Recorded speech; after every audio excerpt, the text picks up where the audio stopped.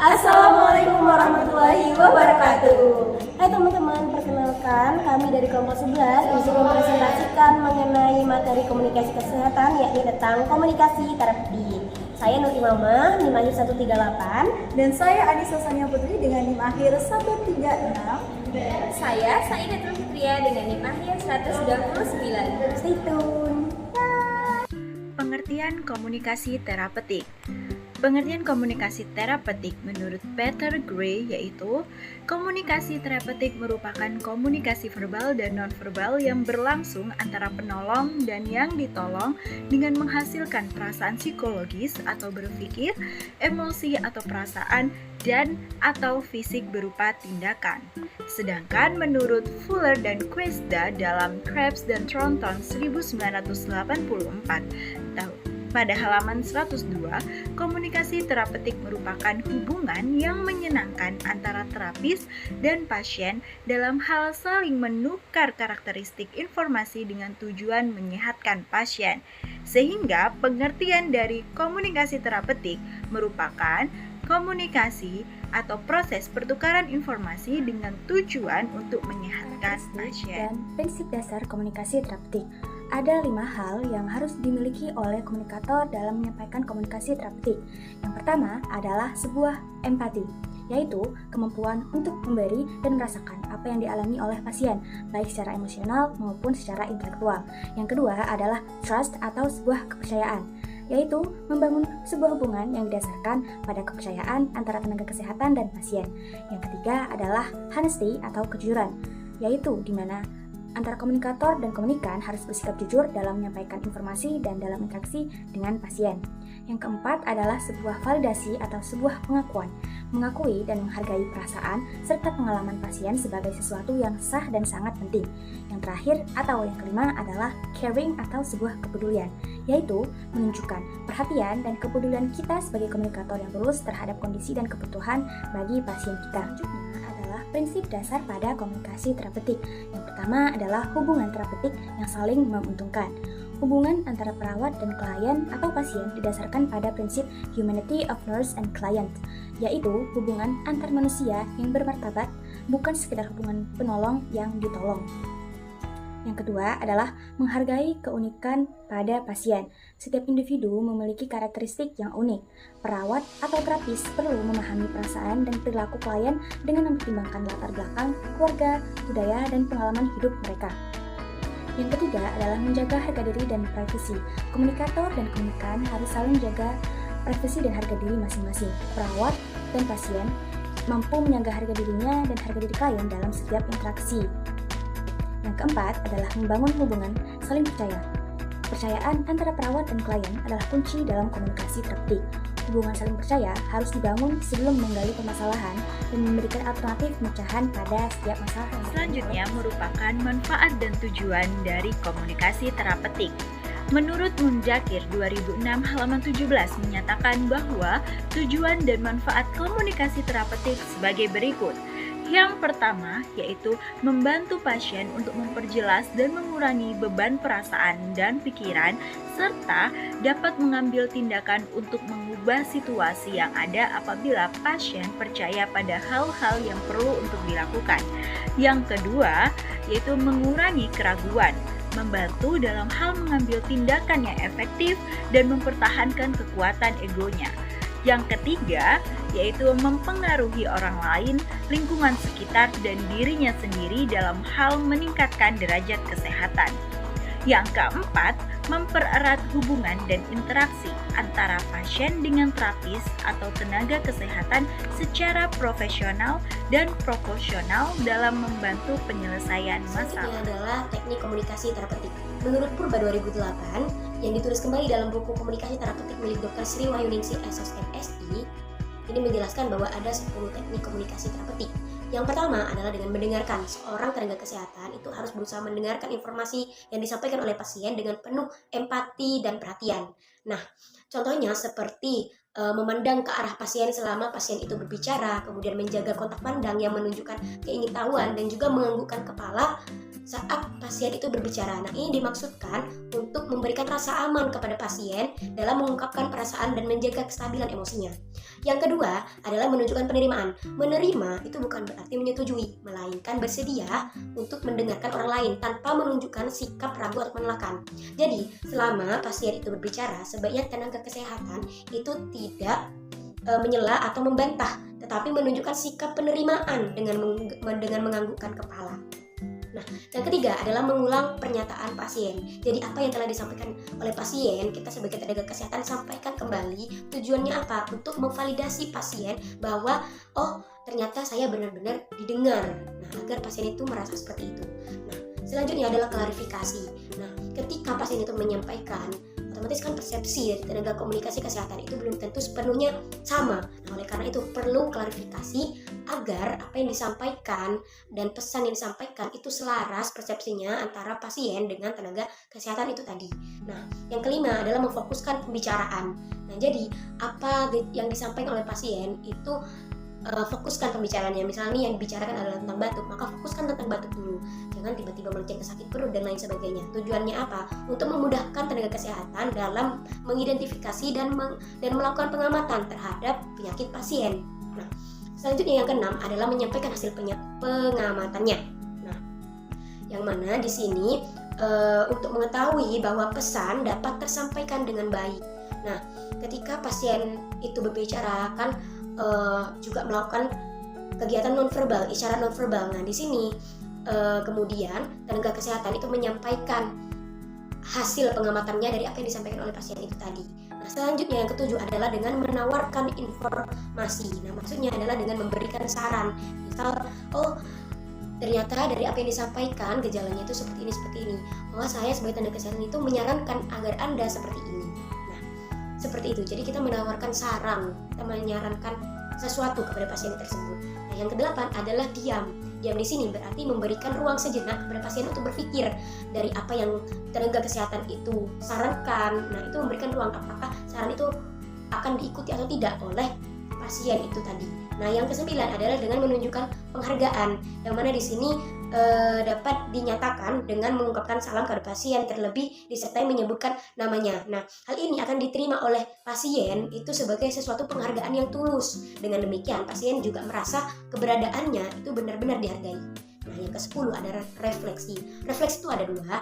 Yang pertama adalah refleksi isi yang bertujuan untuk mengesahkan sesuatu yang didengar, klarifikasi ide yang diungkapkan oleh pasien dan pemahaman tenaga kesehatan tergolong dalam klarifikasi ini. Nah, kemudian yang kedua adalah refleksi perasaan, yang mana ini bertujuan agar pasien itu dapat menyadari eksistensinya sebagai manusia yang mempunyai potensi untuk berdiri sendiri. Jadi dia sebagai pasien itu memiliki kebebasan untuk menyuarakan pendapatnya.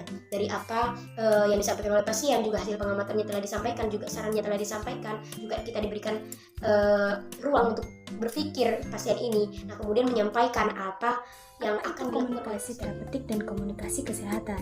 Dua aspek ini adalah suatu hal yang berbeda namun tetap berkaitan. Yang pertama adalah komunikasi terapeutik. Seperti yang dijelaskan tadi, komunikasi terapeutik adalah komunikasi yang dirancang secara sadar untuk tujuan sebuah terapi pada pasien. Komunikasi ini tidak hanya sekedar pertukaran informasi, tetapi juga menyentuh aspek kognitif, afektif, dan psikomotorik pada pasien. Tujuannya adalah untuk membantu proses penyembuhan dan meningkatkan kualitas hidup pada pasien dengan gangguan jiwa. Teknik yang digunakan meliputi mendengarkan aktif, memberikan penghargaan, dan konfrontasi yang konstruktif pada pasien. Yang kedua adalah komunikasi kesehatan. Komunikasi kesehatan itu membahas komunikasi dalam konteks yang lebih luas, mencakup penyebaran informasi kesehatan kepada individu, keluarga, dan masyarakat. Komunikasi kesehatan bertujuan untuk mendorong perubahan perilaku yang positif terkait kesehatan, meningkatkan kesadaran, dan memfasilitasi pengambilan keputusan yang tepat dalam pemeliharaan kesehatan.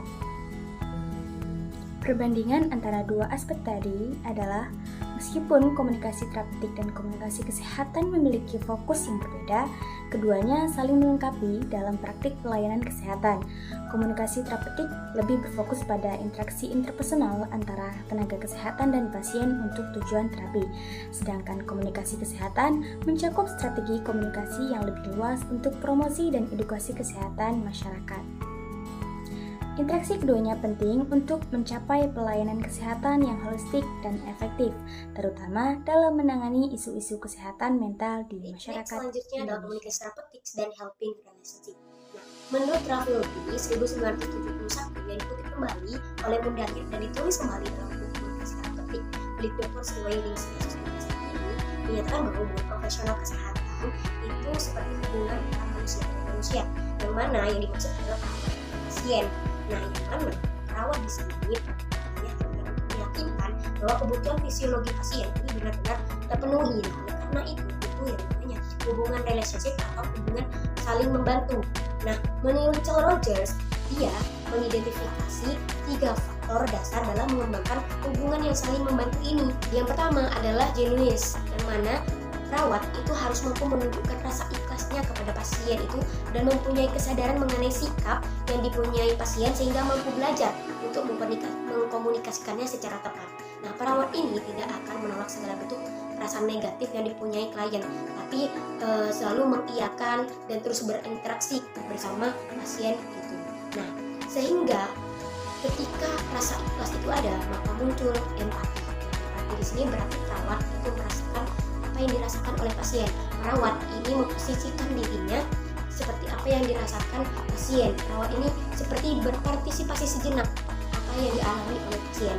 Nah, sehingga ketika perawat itu merasakan hal tersebut, maka muncullah yang namanya warmth atau hangat, memberikan rasa hangat dan juga kebebasan kepada pasien ini untuk menyampaikan unek-uneknya, untuk menyampaikan segala perasaannya secara luas kepada tenaga kesehatan ini, sehingga muncul hubungan saling membantu sehingga komunikasi terapeutik itu berjalan dengan baik. Selanjutnya merupakan teori yang ada di dalam komunikasi terapeutik. Yang pertama adanya teori psikodinamika, yang kedua teori kognitif, dan yang ketiga teori komunikasi nonverbal. Nah, di sini saya akan menjelaskan mengenai teori psikodinamika yang dikemukakan oleh Sigmund Freud. Dalam teori ini, Sigmund menjelaskan yaitu sebagai motivasi yang tidak atau sedikit disadari yang pada akhirnya mempengaruhi perilaku seseorang. Teori ini menjelaskan mengenai konsep diri manusia yang terdiri dari 3 hal, yaitu yang pertama id, kedua ego, dan yang ketiga adalah superego. Pengertian dari id seringkali disebut sebagai alam bawah sadar manusia, yaitu dorongan-dorongan insting dan tidak rasional yang mencari kepuasan secara langsung. Contohnya seperti adanya rasa lapar yang mendorong seseorang untuk makan tanpa mempedulikan aturan atau konsekuensi. Selanjutnya adalah ego. Ego seringkali disebut sebagai diri sadar yang berfungsi sebagai mediator antara id dengan dunia luar. Ego berusaha memenuhi keinginan id dengan cara yang realistis dan sesuai dengan norma sosial. Dan yang terakhir adalah superego atau hati nurani, yaitu merupakan bagian dari kepribadian yang berisi nilai-nilai moral dan ide-ide ideal yang didapat dari lingkungan sosial. Superego berfungsi untuk mengendalikan ego dan id serta memberikan rasa bersalah. Atau lebih tepatnya yakni Rational Emotional Behavior Theory atau REBT. Nah, pendekatan kognitif ini berfokus pada aspek emosional dari pelaku dan interaksi individu dengan orang lain. Nah, pendekatan ini didasarkan pada asumsi bahwa individu berkontribusi pada masalah psikologis mereka dan situasi tertentu dengan menginterpretasikan emosi dan situasi mereka. Nah, sehingga proses terapeutik di sini membantu klien atau pasien untuk mengidentifikasi dan mengatasi masalahnya. Dalam prakteknya, teori ini berfokus seperti kata A, B, C, yang mana A itu adalah keberadaan fakta atau suatu peristiwa. Misalnya studi kasusnya adalah seseorang itu merasa introvert, faktanya dia itu introvert. Nah, kemudian C-nya itu adalah konsekuensi, reaksi emosionalnya. Nah, sehingga karena introvert itu tadi, dia merasa tidak bisa bergaul dengan orang lain. Akhirnya dia menutup diri, bertemu dengan orang lain. Tetapi sebenarnya yang membuat muncul reaksi emosional itu sebenarnya bukan dari fakta itu tadi, bukan dari dia yang merasa introvert tadi, tapi dari si B, yaitu keyakinannya bahwa karena dia introvert, dia tidak bisa bergaul dengan orang lain. Nah, sehingga akhirnya terapeutik di sini dibutuhkan untuk membantu pasien itu meminimalkan keyakinan irasional. Nah, keyakinan negatifnya. Nah, di sini seorang tenaga kesehatan itu membantu untuk menekankan poin D, yaitu pembantahan bahwa meskipun kamu introvert, tapi bukan berarti kamu itu harus menutup diri. Sebenarnya kamu bisa kalau kamu berusaha lebih. Nah, sehingga ketika hal itu dilakukan, poin D itu dilakukan, maka muncullah efek. Endingnya adalah dengan adanya efek. Nah, yaitu membantu keyakinan negatif ke keyakinan positif. Nah, sehingga ketika pembantahan itu terus dilakukan, maka pasien akan merasa, oh iya ya, sebenarnya aku bisa kalau aku berusaha. Nah, sehingga itu bisa memunculkan poin F, yaitu kumpulan perasaan baru. Nah, di sini akhirnya permasalahannya terselesaikan. Si pasien itu berusaha untuk mencoba berkomunikasi dengan orang lain dan akhirnya bisa meskipun ia introvert sebenarnya. Seperti itu penerapan teori Seperti teori yang disampaikan oleh Watzlawick tahun 1967 yang isinya we cannot not communicate, yang artinya kita tidak bisa tidak berkomunikasi.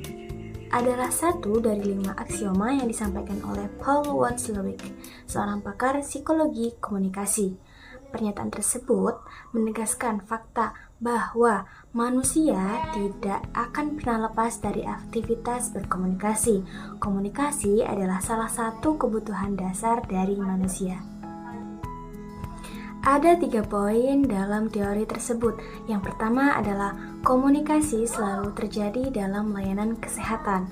Tenaga medis tidak hanya menyampaikan informasi secara verbal, tapi juga lewat bahasa tubuh, nada suara, dan respons emosional. Bahkan saat seorang dokter diam saat pasien berbicara, itu tetap dianggap sebagai bentuk komunikasi yang bisa diartikan positif atau mendengarkan dengan penuh perhatian. Yang kedua, pasien juga selalu berkomunikasi. Pasien bisa menyampaikan ketidaknyamanan, kecemasan, atau rasa sakit melalui ekspresi wajah, gerakan tubuh, atau bahkan melalui keengganan dalam berbicara. Tenaga kesehatan harus peka terhadap komunikasi nonverbal ini untuk memberikan pelayanan yang efektif kepada pasien. Yang ketiga adalah komunikasi mempengaruhi kualitas pelayanan kesehatan. Komunikasi yang buruk bisa menyebabkan kesalahpahaman, kurangnya kepatuhan pasien terhadap pengobatan, bahkan menyebabkan konflik.